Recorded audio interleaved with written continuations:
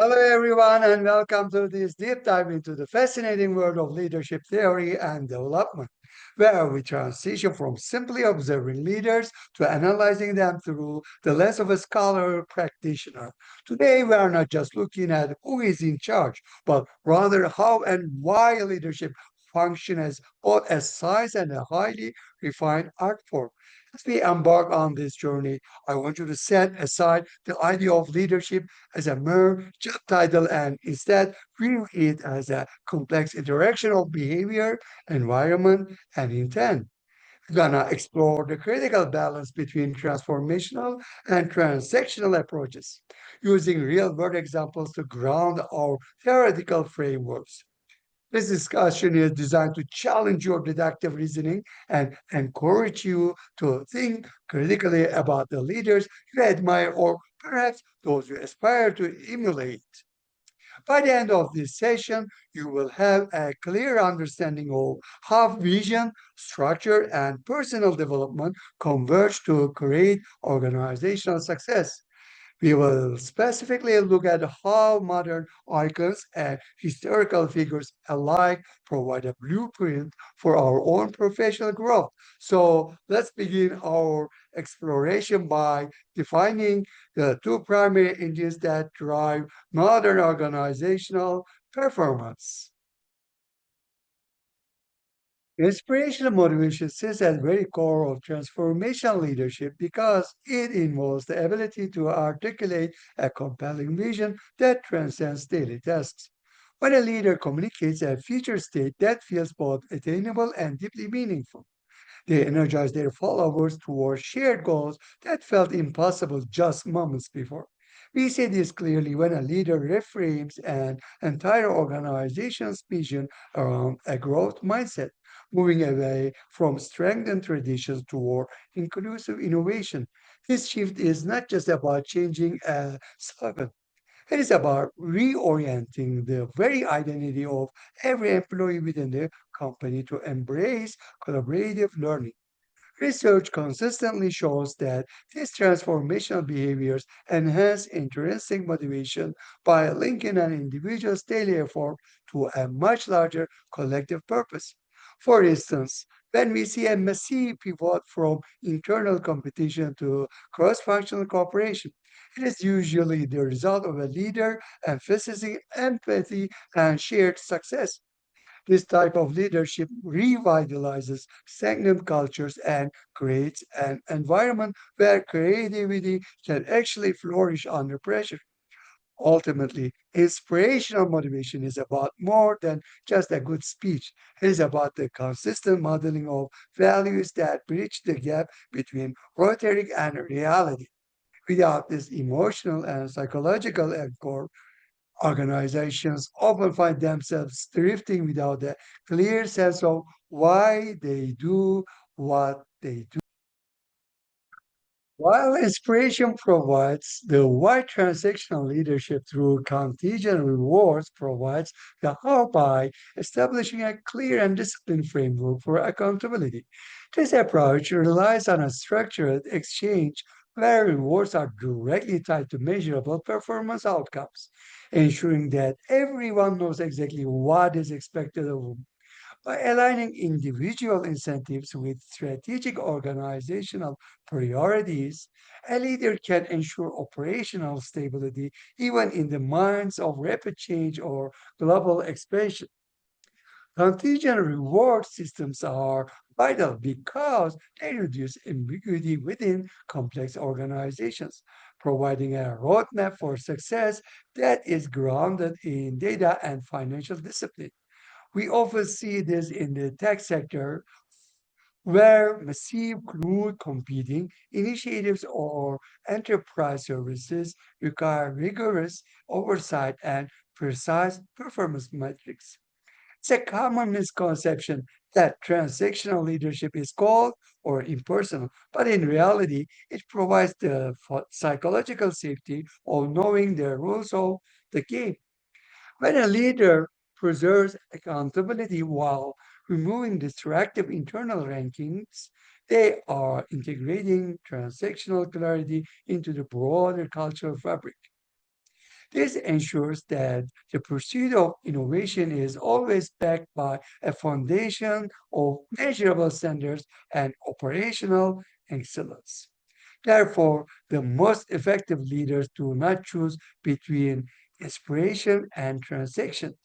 They master the art of using both to drive the organizations forward. The true brilliance of modern leadership lies in the seamless integration of transformational vision and transactional discipline to achieve sustained organizational health. Inspirational motivation is critical because people require a sense of direction and meaning that goes far beyond simple procedural compliance or a payback. However, a compelling vision without a structured reward system often leads to a lack of commitment when things get difficult or when innovation slows down. We must recognize that empathy based vision and data driven decision making are not mutually exclusive, but are actually two sides of the same coin. By articulating a growth mindset, a leader fosters the creativity needed for the future while contingent rewards anchor that creativity in the reality of today's market. This balance prevents the organization from settling too far into dreaming without doing, or doing without any sense of purpose or joy. Effective leaders use their vision to shape the culture while using their transactional skills to define the parameters of success and failure. This dual approach enhances trust among stakeholders because it proves that the leader is both a dreamer and a doer who values results. In the end, the most successful organizations are those where the big picture is supported by a very detailed and fair system of recognition and reward. One of the most enduring debates in the field of leadership studies is whether great leaders are born with innate traits or if they are meticulously crafted through experience. Behavioral genetics suggests that while a small percentage of leadership propensity might be heritable, the overwhelming majority of development comes from environmental factors. We often see leaders evolve from technical roles like engineering or middle management into global executives, which strongly suggests a journey of skill acquisition rather than fixed destiny. Their ability to communicate with empathy and exercise strategic foresight is often cultivated through years of deliberate learning and reflective practice. This shift from the great man theory to a more developmental perspective allows us to see leadership as a set of competencies that anyone can master with enough dedication. While certain predispositions like extraversion or cognitive ability might provide a head start, they are essentially useless without the development of human and conceptual skills. This means that leadership is not a closed club for the genetically gifted, but an open field for those willing to engage in continuous self improvement. Understanding that leadership is primarily learned gives us the agency to map out our own professional growth and adapt to shifting competitive landscapes. Thus, we should view our leadership journey as a marathon of skill building rather than a sprint fueled by natural charisma. Style approach to leadership shifts our focus toward observable behaviors, asserting that what a leader does is far more important than who they are. This framework identifies two primary categories of behavior: task-oriented actions that focus on goals and relationship-oriented actions that focus on people. In many high-pressure environments, such as security or emergency response, leaders often lean heavily toward task orientation to ensure safety and compliance. When deadlines are tight or uncertainty is high, focusing on structure, timelines, and measurable outcomes can provide a necessary sense of order for the team. However, research into follower preferences shows that while people appreciate clarity, they also crave the emotional stability that comes from a relationship oriented leader. The challenge for any scholar practitioner is to recognize their own natural tendency and learn how to pivot between these two styles as the situation demands. If we focus too much on the task, we risk burnout and resentment. If we focus too much on relationships, we may fail to meet our critical organizational objectives. Finding the sweet spot on the managerial grid involves a high concern for production period with an equally high concern for the well-being of the team. This behavioral flexibility is what separates a good manager from a truly great leader who can navigate the complexities of human emotion and operational necessity.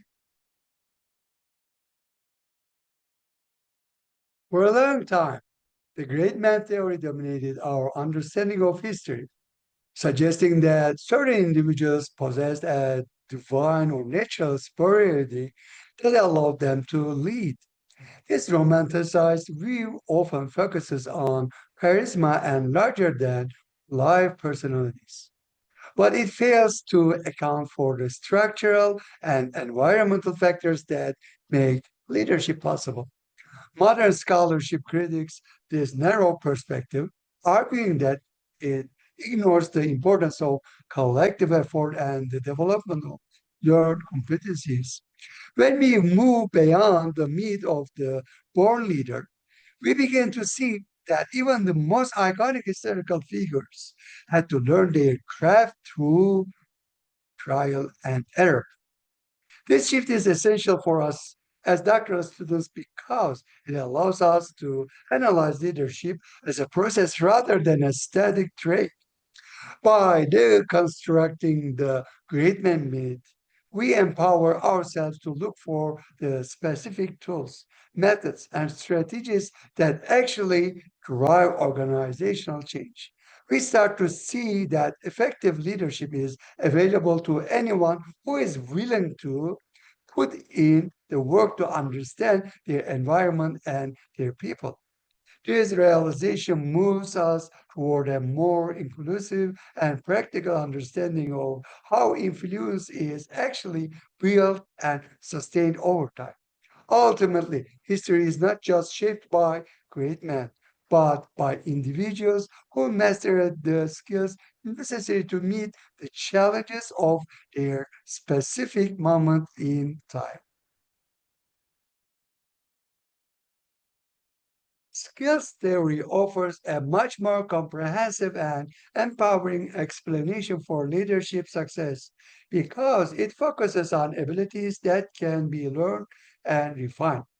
This perspective categorizes leadership into three main areas: technical skills, which involve proficiency in a specific type of work; human skills, which involve the ability to work with people; and conceptual skills, which involve the ability to work with ideas. At the beginning of a career, technical skills are often the most important. But as one rises into executive roles, conceptual and human skills become the dominant factors for success. This theory explains how a leader can transition from a specialized role into a broad leadership position by adapting their skill set to a large stage. It acknowledges that while a person might have a natural aptitude for communication, they still must learn the specific nuances of organizational strategy and ethical judgment.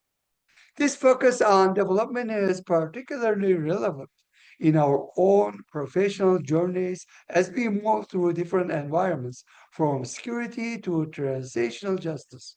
By identifying our own skill gaps, we can intentionally seek out the mentorship and education needed to become more effective in our chosen fields.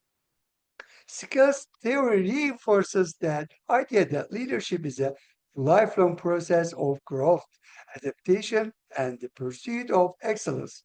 It reminds us that our effectiveness is not kept by our DNA, but expanded by our willingness to learn. We look at the life of someone like Mahatma Gandhi, we see a perfect example of how leadership is developed through a series of intentional choices and the refinement of skills. While he is often romanticized for his innate spirit, his leadership actually aligned more closely with skills theory as he developed the complex concept of nonviolent resistance. This required advanced conceptual skills to connect deep ethical principles with large scale political mobilization across an entire subcontinent. Similarly, Martin Luther King Jr. did not just rely on natural charisma. He demonstrated highly refined human skills through persuasive communication and the strategic building of coalitions. These abilities were cultivated through his education and his extensive experience in the ministry, showing that his influence was the result of a deliberate development process. We also see this in the transformation of Nelson Mandela, who moved from militant activism to a reconciliation oriented governance style later in his life. His shift highlights his contextual intelligence and his ability to adapt his leadership behaviors to meet the changing needs of his nation. Each of these figures proves that effective leadership is a product of its environment, education, and the courage to change one's approach when necessary. Their lives serve as a masterclass in how to integrate personal traits with the practical skills required to lead during times of great upheaval. Such professional experience within immigration transitional units and private security, seen firsthand how these leadership theories play out in the real world. These are environments that require a dedicated balance of fostering trust among vulnerable populations while maintaining strict safety and procedural standards. Found that inspirational motivation is particularly powerful here because it allows us to articulate a clear ethical purpose that can de escalate tension and reduce conflict. When leaders in correctional or security settings can communicate why certain rules exist, they often find much higher levels of cooperation and morale among both staff and residents. At the same time, we cannot ignore the necessity of contingent rewards and clear consequences to maintain order and procedural integrity in high risk zones. This is where the transactional side of leadership ensures that everyone remains accountable to the protocols that keep the environment safe. Identify more strongly with the transformational approach because I believe that vision driven leadership creates a more sustainable culture of respect and long term health. However, time in these units has taught that you cannot have one without the other. You need a vision to inspire and the structure to protect. Balancing these two needs is a constant challenge that requires both high level conceptual thinking and grounded practical human skills. When reflecting on own leadership style through the lens of Blake and Martin's managerial grid, often find plotting near the 9-7 position. This indicates a high concern for protection and test completion, paired with a moderate to high concern for the people involved in the process. Realize that under extreme pressure, natural tendency is to prioritize efficiency and milestones to ensure that the mission is successfully accomplished. While this approach provides the clarity and direction that many teams need during a crisis, it can occasionally limit the collaborative dialogue that fosters deeper innovation. This realization has been a pivotal moment in doctoral journey, as it highlights the specific areas where need to grow as a leader, learning that achieving excellence in our deliverables should not come at the expense of cultivating deeper relational engagement within the team. By acknowledging this trade-off, can begin to intentionally practice behaviors that encourage more input from others, even when the clock is ticking. This type of self analysis is what allows us to move from being reactive managers to becoming proactive, well rounded leaders. It is the bridge between understanding a theory on a page and applying it to our own daily interactions with our colleagues. As a doctoral students, our journey is defined by the move away from simply gathering information toward the mastery of deductive reasoning and critical thinking. This transaction means that we are no longer just looking for the right answer, but are instead exploring the best possible explanation based on a rigorous analysis of the evidence. We are expected to transform into scholar practitioners who can take complex leadership theories and apply them to solve real world organizational problems. This requires us to look at a leader's successes and failures and deduce the underlying principles that drove those outcomes. For example, when we analyze a CEO's strategic planning methods, we are looking for the tools and strategies that can be emulated in our own professional contexts. We must also be brave enough to identify the methods that should be avoided, even when they come from highly successful individuals. This level of engagement with the material is what builds our own conceptual skills and prepares us for the iterative nature of academic research. It is through this process of constant questioning and reflection that we develop the expertise needed to contribute to the field of leadership studies. Our goal is to leave this course not just with more knowledge, but with a more sophisticated way of thinking about the world around us. One of the most important lessons we can take from leaders who have successfully navigated cultural transformation is the value of a continuous learning environment. When a leader promotes a growth mindset, they are essentially telling their team that failure is just a stepping stone toward a more refined and effective strategy.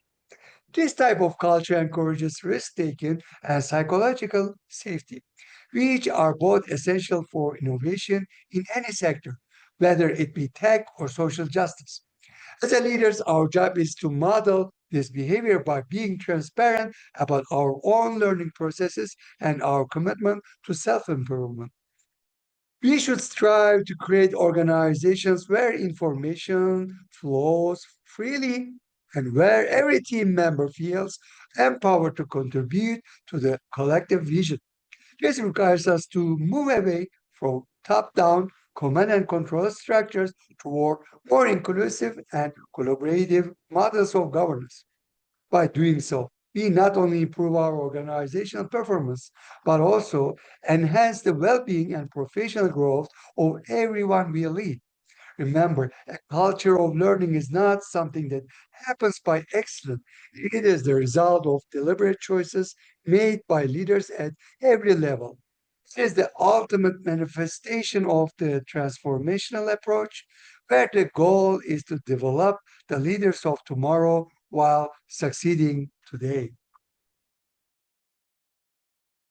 In the final analysis, the most complete way to understand leadership is through an integrated perspective that honors both our natural predispositions and our capacity for growth. While our genetic traits might provide a foundation, perhaps a natural inclination toward extroversion or a high level of cognitive ability, those traits only become leadership when they are funneled through the lens of developed skills. Environmental exposure, quality mentorship, and deliberate practice are the catalysts that turn raw potential into effective, influential behavior. We must recognize that leadership is primarily shaped by circumstance and intentional growth rather than by a predetermined destiny that we cannot control.